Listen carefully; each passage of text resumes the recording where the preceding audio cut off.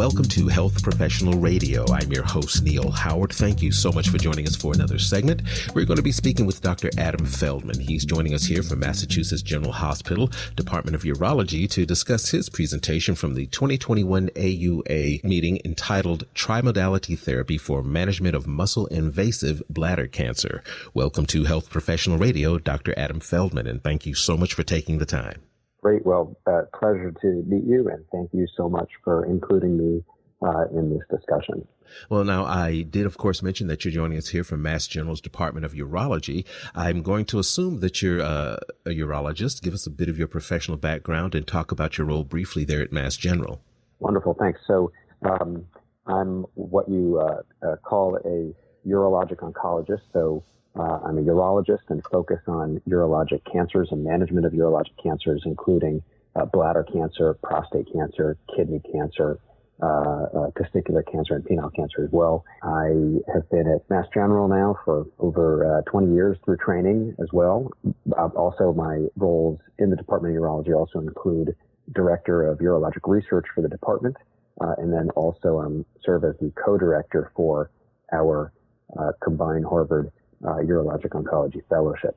Now, the American Urological Association has a meeting each year. This year, you presented some information there titled Trimodality Therapy for Management of Muscle-Invasive Bladder Cancer. What was that presentation all about?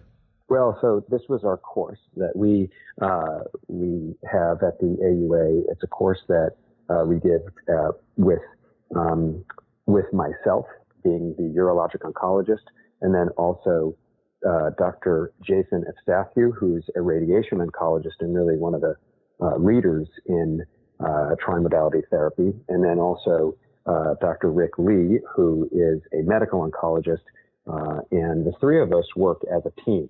And so we, not just, in presenting this course, but in clinically managing patients with muscle-invasive bladder cancer, one of the most important things that we discuss is our multimodality therapy or multidisciplinary management of these patients. So just like we take care of our patients, we teach the course together in a combined fashion.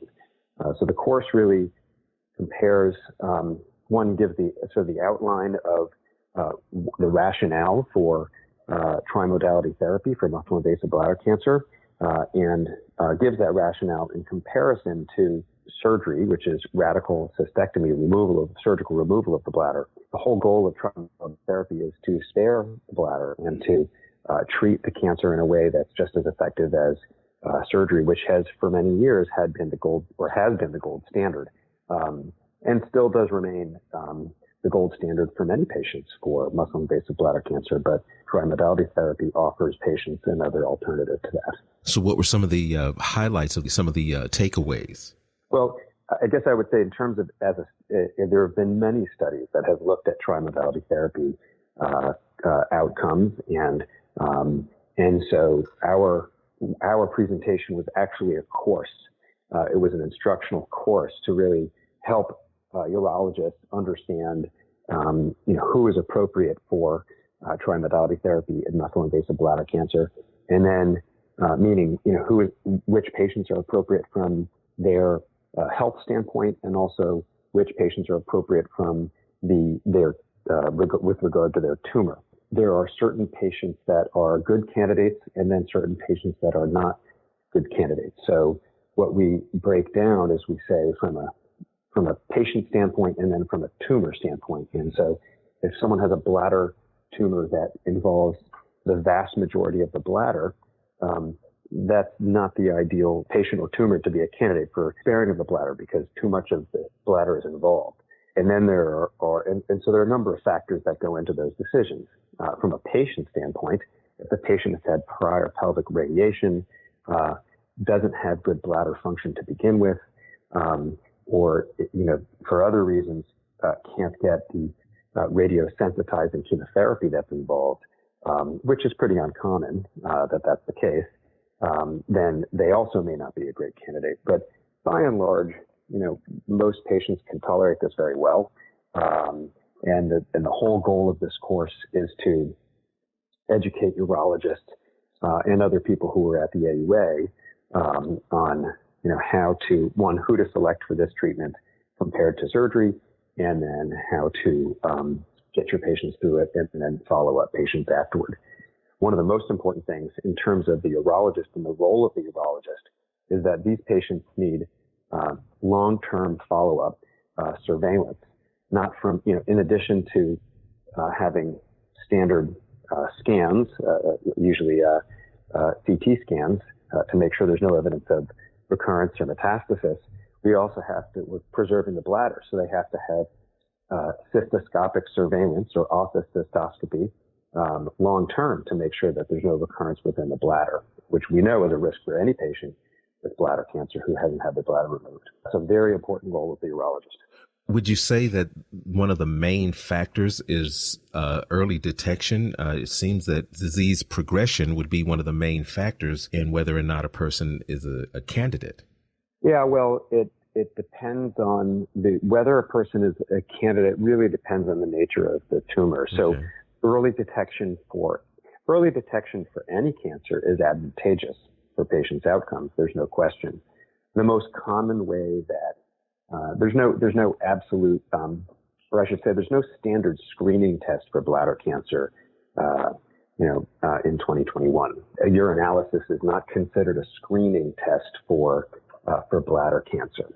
It's commonly done, but that's not considered a screening test. The most common way that bladder cancer presents is with visible blood in the urine, or what we call gross hematuria. But you're right. If we had a good method for early detection, such as a urine-based screening test, which there's a number of people, including myself, doing research on, then that would be ideal, the ideal situation, the early detection is certainly catching tumors earlier always, typically leads to, or often leads to an improved outcome. There's no question. And then hopefully while they're smaller, then they would have the opportunity to be a candidate for the bladder sparing approach or trimodality therapy. As far as your course, what would you say is the next step? Where do we go from here once we identify these often unidentified candidates? Well, I think in terms of where do we go from here as an academic community, the important things to look at are to do our best assessment of comparing outcomes between trimodality therapy and radical cystectomy. And there are appropriate ways to compare those outcomes. So the one is to compare the oncologic outcomes or the effectiveness of the cancer treatment. So probably the best comparison study was out of Toronto, and that was a study done a few years back, which, although it's not a randomized trial, they were able to match and compare their outcomes between surgery and trimodality therapy. And it seems that the outcomes are really quite similar in terms of cancer control. There are other ongoing studies that we're involved with to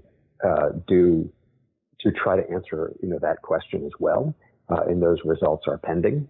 In terms of a randomized clinical trial, it's difficult to do that, and because it can be a difficult task to randomize a patient to say we're going to this is for your bladder cancer, just sign up for the trial, and then we're going to randomly assign you to either surgery or the trimodality therapy. And sometimes that's difficult for patients to accept, and it's difficult even for treating physicians to accept. So although that's the ideal way to study outcomes, sometimes it's difficult to actually achieve that goal for many reasons. So far, the data show that from our best ability to assess it, that the cancer outcomes are really very similar. The other thing that we look at is what's the quality of life.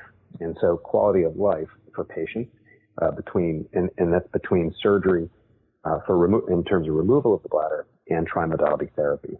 As a summary statement, I would say quality of life between both of them really can be quite good and quite and excellent in terms of outcomes. So a patient can have an excellent quality of life after surgery, and a patient can have an excellent quality of life after trimodality therapy.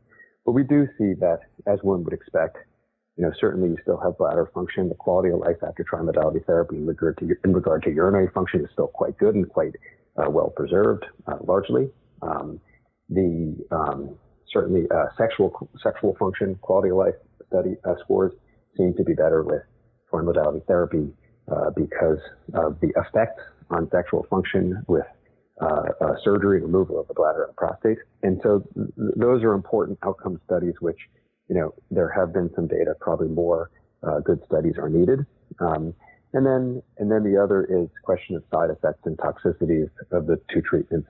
And I think we certainly need more good research in that regard. Well, Dr. Feldman, I appreciate you joining us here on Health Professional Radio. In closing, could you give us a website where we can learn more?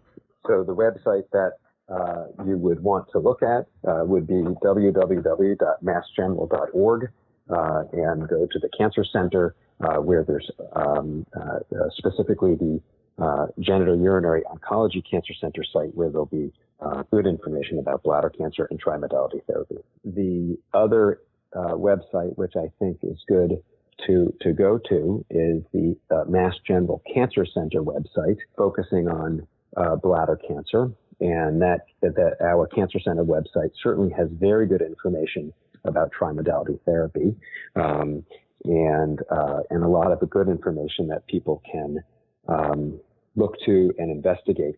The other website for people who want to learn more about bladder cancer, especially for patients who want to learn more about bladder cancer and family members, in addition to the Mass General website, I would also advocate for the Bladder Cancer Advocacy Network website, BCAN or beacon.org. And they have an excellent website with a lot of really wonderful patient information for patients and family members. Well, I appreciate you joining us here on Health Professional Radio, and I'm hoping that we'll have an opportunity to speak again in the future.